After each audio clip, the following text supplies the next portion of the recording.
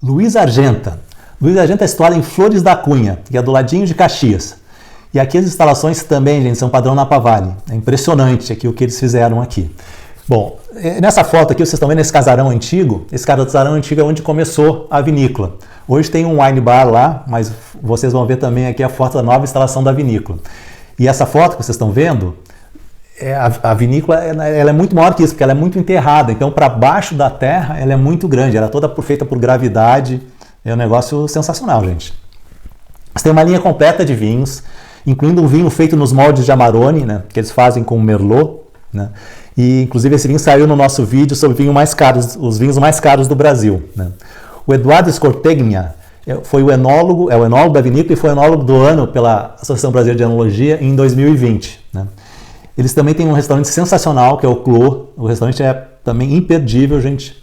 E a gente conversou com a enóloga Vivian Oliveira, que trabalha na equipe do Edgar. Bom, estamos aqui nessa linda vinícola, que é a Luiz Argenta, com a Vivian Oliveira, que vai explicar para nós tudo sobre a Luiz Argenta, começando brevemente pela história da Luiz Argenta. Sim, a história da Luiz Argenta é bem diferente das outras vinícolas, né? A família Argenta não tinha esse ramo da vitivinicultura e surgiu essa oportunidade. Aqui onde a gente se encontra, antes era da Companhia Rio Grandense, mais conhecida como a Grande União, e ela acabou aí, vindo na terceira geração, a fechar as portas. E teve essa oportunidade de comprar 150 hectares aqui no centro de Flores, né? 150. É bastante coisa. E a gente ia fazer o loteamento, acabamos desistindo por conta da história mesmo daqui, do terreno. Então inicialmente comprou pensando em fazer um loteamento. Um loteamento. E a gente viu, né, em questão lá do casarão, aquele casarão é bem antigo, é de 1929, aquele primeiro que vocês passaram ali na frente. E ali a gente achou documentos, fotos, vinhos mais antigos. O vinho mais antigo que a gente achou é de 1937, da companhia. E a gente acabou se pegando aí nessa parte um pouco mais emocional, né? Que a gente quis reconstituir toda essa história, não deixar se perder, né? E daí o Delnir também sempre gostou dessa parte da vitivinicultura, sempre esteve no meio, no ramo. E o Neco também sempre gostou de beber vinhos, né? Então foi meio que um desafio para eles. A gente começou com esse projeto em 1999. Então era um projeto somente de fazer uvas, somente a matéria-prima mesmo, nada de fazer vinho.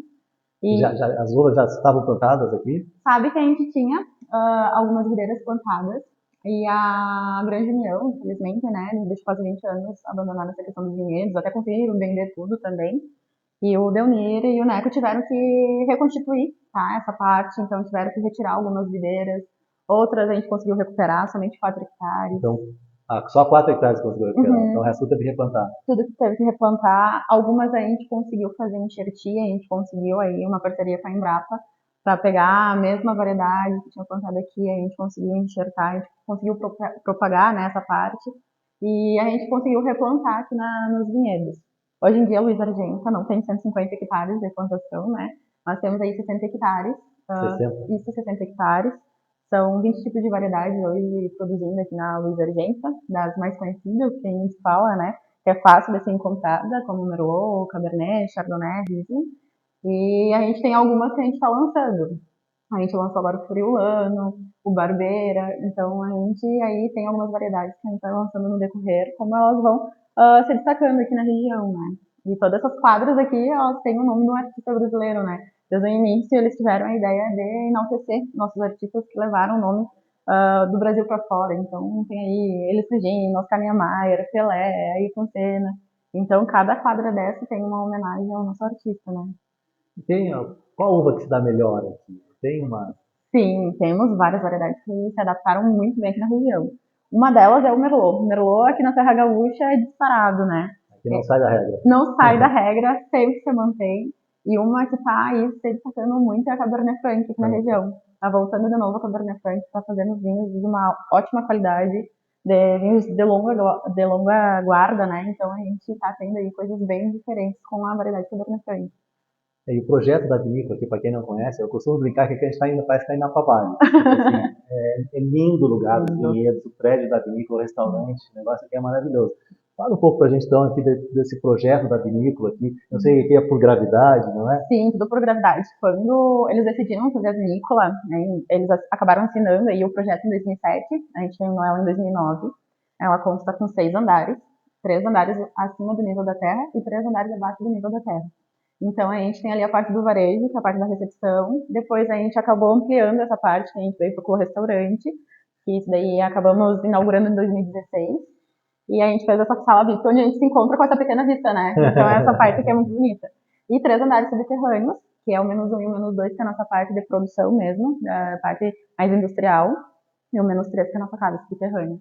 E aí a gente fez esses andares subterrâneos por causa do nosso processo que é realizado por gravidade, né? A gente teve todo esse cuidado em questão de como manter a qualidade do vinho desde o início até o final. Então, chegar a uva, não agredir a semente, extrair somente as qualidades muito boas das uvas para a gente conseguir fazer um ótimo vinho, né? Então, esse nosso processo é realizado por gravidade. A gente tem ali um processo que a gente consegue realizar tudo com ponte rolante, então ele literalmente vem do início até o final no processo de gravidade. E a gente meio que foi se adaptando, porque é um processo um pouco diferente, não é encontrado facilmente. Então a gente faz esse processo aí.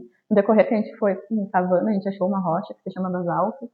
A gente fala que foi uma grande sorte nossa, que a gente dinamitou ela. E essa metade que a gente dinamitou, a gente conseguiu fazer os muros, e a outra ficou aqui dentro da vinícola, né? Ficou bem exposta. E ela nos ajuda na questão de temperatura, né? Então a gente tem todo esse cuidado, toda essa delicadeza, né?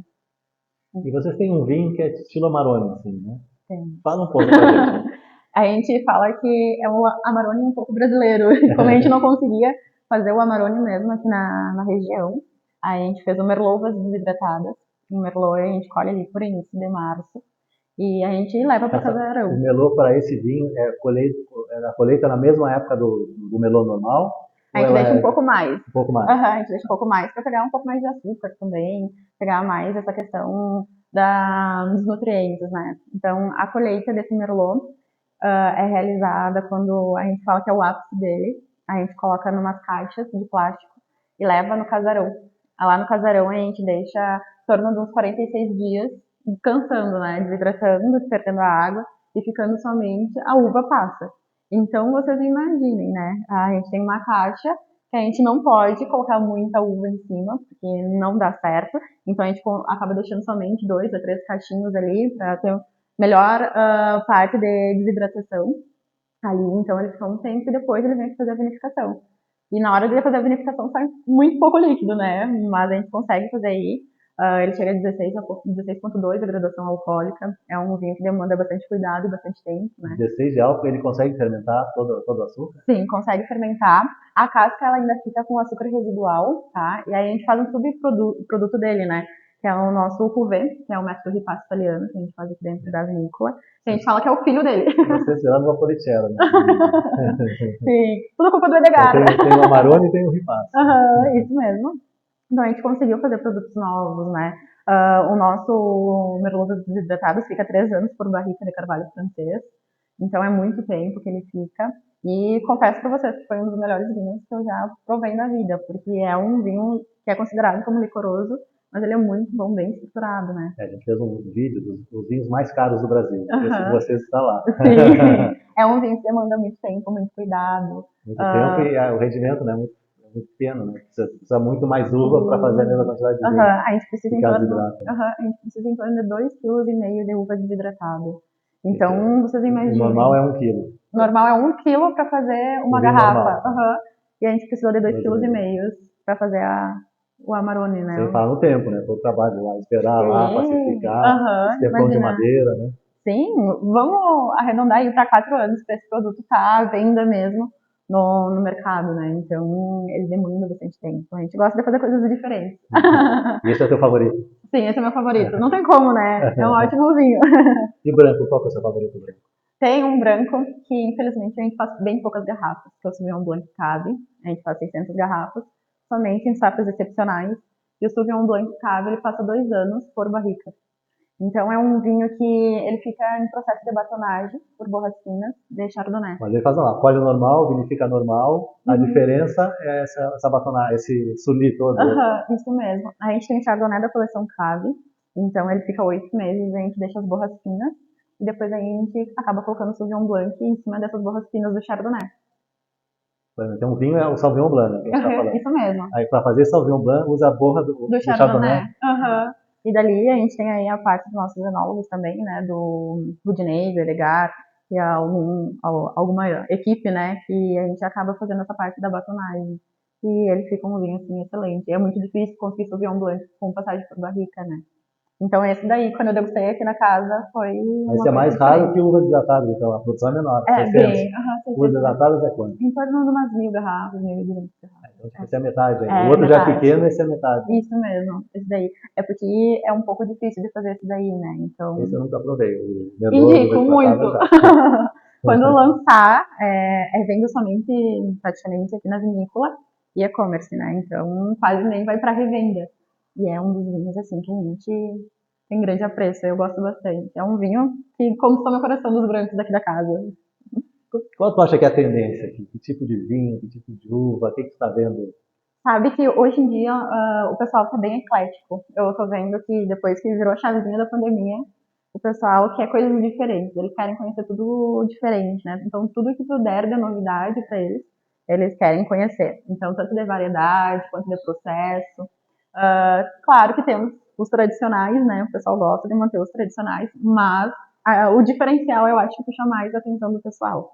Então, depende do processo de vinificação, para quem gosta dessa parte, variedades diferentes, o pessoal também está se interessando muito.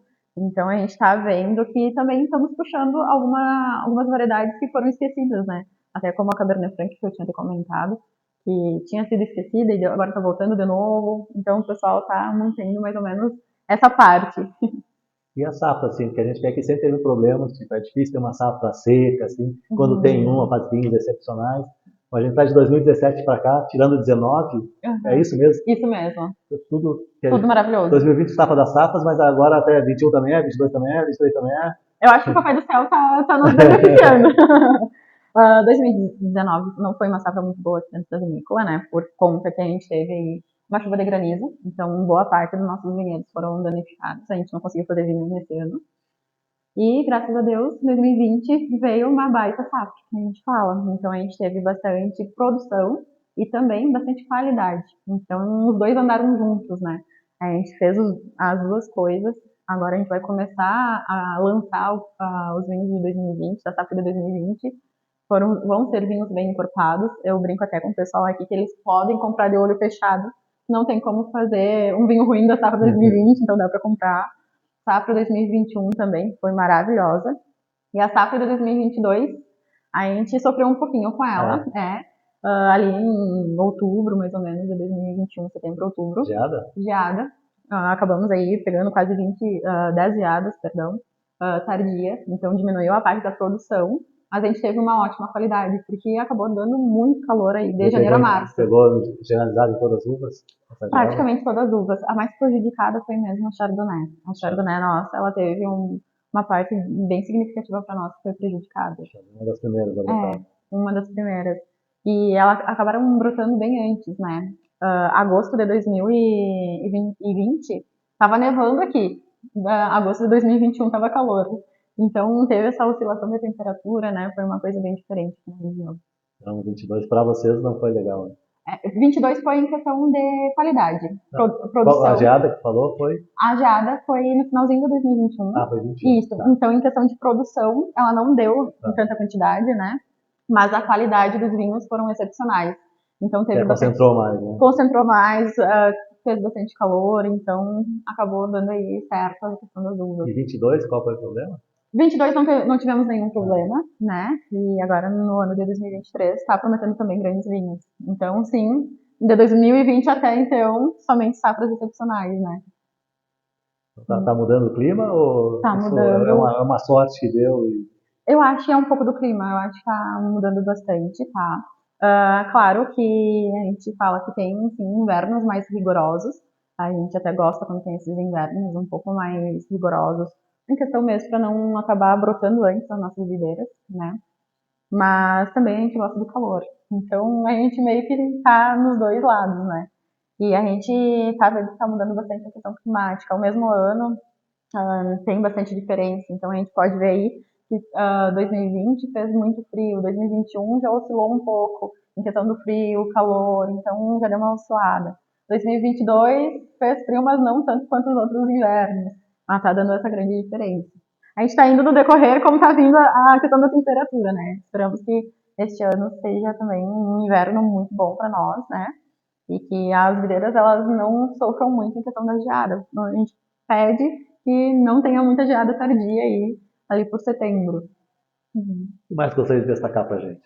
A questão aqui da parte mais enoturística, né? Hoje a gente está fazendo uma casa de eventos que vai comportar 500 pessoas.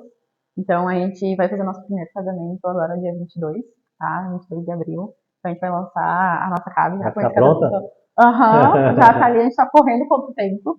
Na parte subterrânea, a gente vai fazer, a gente fez uma cave de espumantes que tem um túnel interligado à nossa cave principal. Ah, que bacana. Então, imagina, vai expandiu bastante a nossa questão aqui da nossa vinícola, né? A gente vai aumentar também a parte da quantidade de garrafas, da produção.